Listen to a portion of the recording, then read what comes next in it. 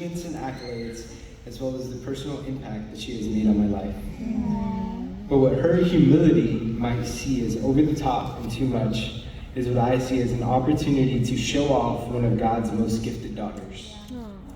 And unfortunately for her, I've known her for quite some time, so I've got a lot to say. She has been an active member of the Sea Scouts BSA since she was 17 and received her Quartermaster Award from the program. An award, I might add, that is earned by less than 1% of all Sea Scouts. She has also volunteered 2 summers at Covenant Point Bible Camp in Michigan as a counselor and as a lifeguard. As it pertains to her academic achievements, she is graduating summa cum laude, the highest distinction possible, and has made the Dean's List all 4 years of her college career. But all of these things pale in comparison to the heart that she has for our Lord Jesus Christ. I can personally testify to the positive impact she has made on my own life, as I am sure many of you here today can as well. I have witnessed with my own eyes her servant leadership and humility. Inside and outside the classroom, she exemplifies Christ in every way with a genuine love for others and for God. That is why it is my great privilege to introduce to you this year's student speaker, Taylor Morrissey.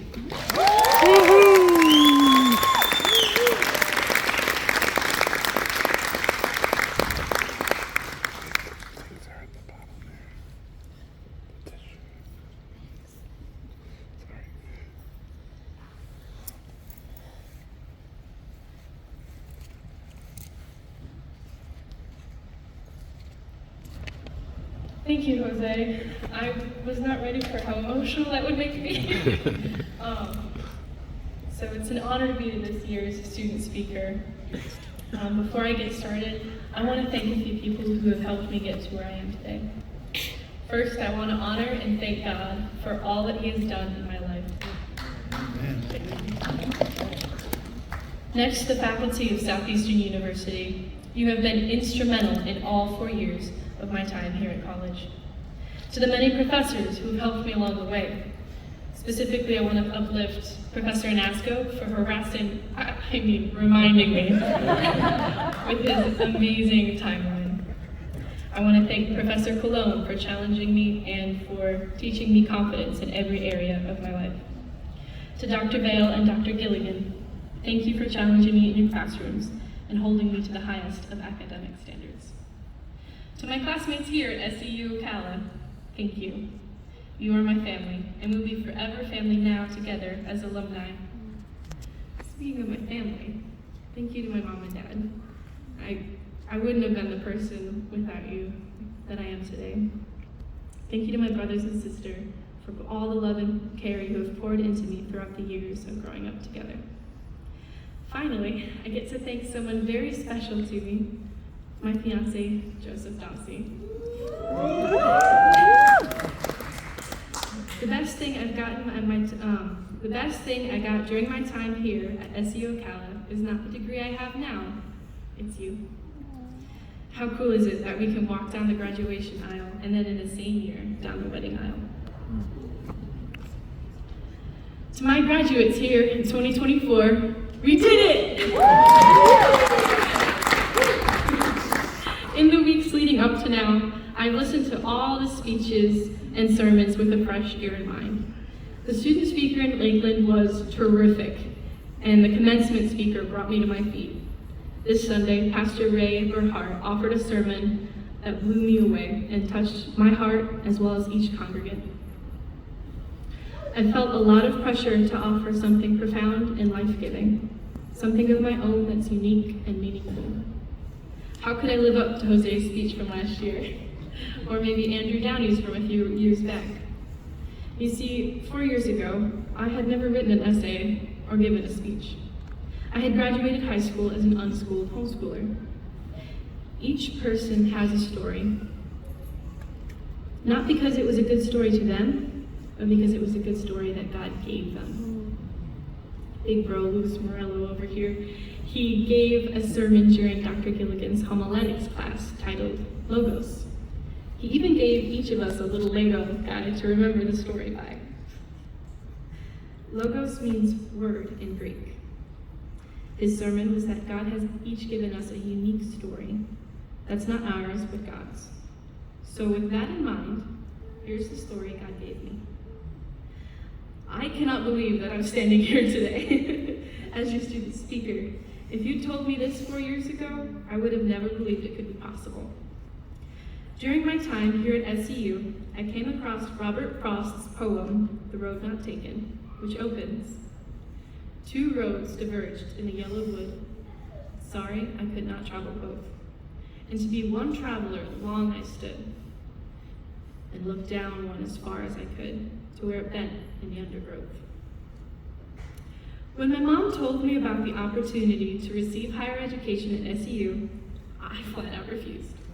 I was never going to be able to walk down that road. And I had never been so angry when my mom insisted that I begin college. Guys, I would need to write a 500-word essay to get in. 500 words, that's just way too much. So the poem continues.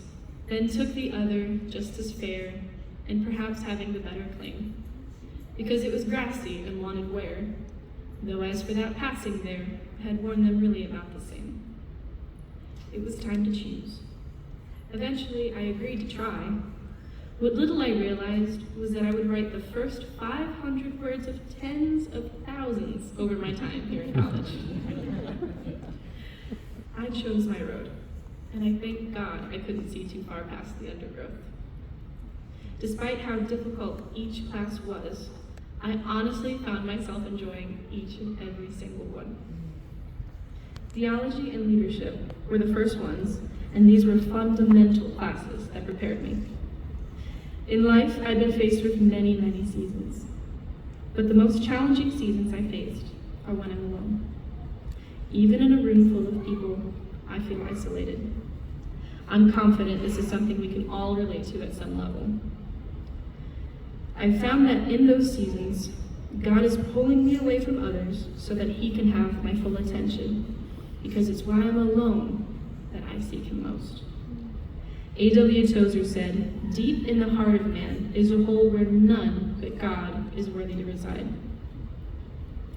I will always come up short when I seek others to fill my heart. Seasons of transition are meant to shake us up and force us to realize what's essential. Is it money, career, social status?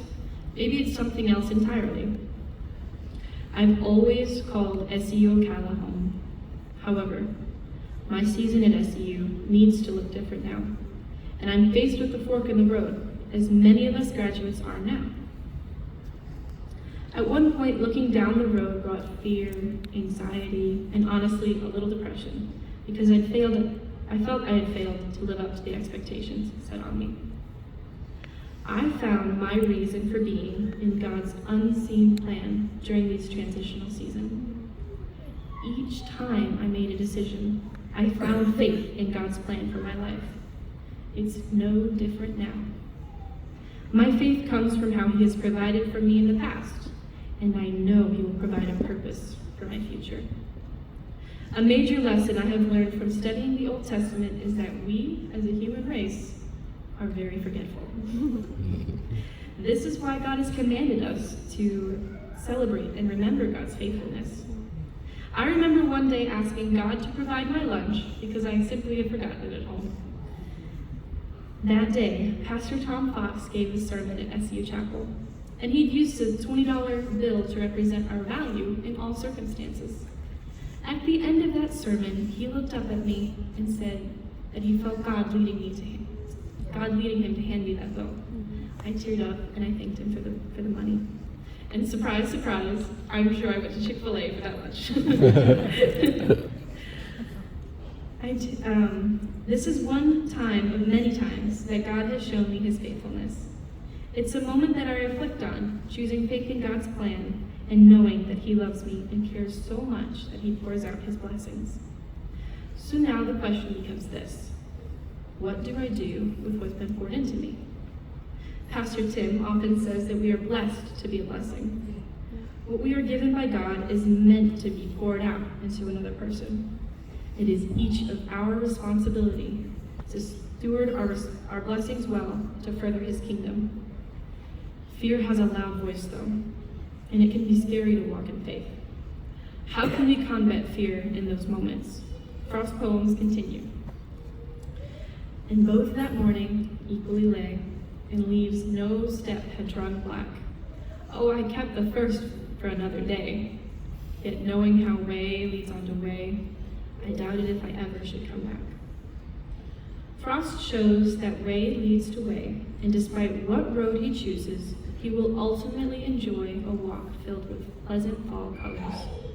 Similarly, as we make decisions for Christ, we can have faith in God's ultimate plan for our lives. Faith for the future and not fear of what it will bring. That's my message to you today. Go out and choose faith for the future by living in excellence, following biblical truth, and being an authentic leader in your family, all while faithfully serving his kingdom. Frost's poem concludes like this. I shall be telling this with a sigh. Ages and ages hence, 2 roads diverged in a wood, and I took the one less traveled by, and that has made all the difference. Congratulations, class of 2024. You have taken the road less traveled by, and that will make all the difference.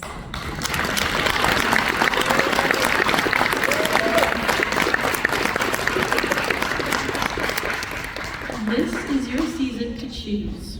Have faith that God has placed purpose in your future. Know he has a plan. All you need to do is have faith to take that next step. Be obedient to his calling. Together, through faith and action, we can further God's kingdom for his glory. Thank you.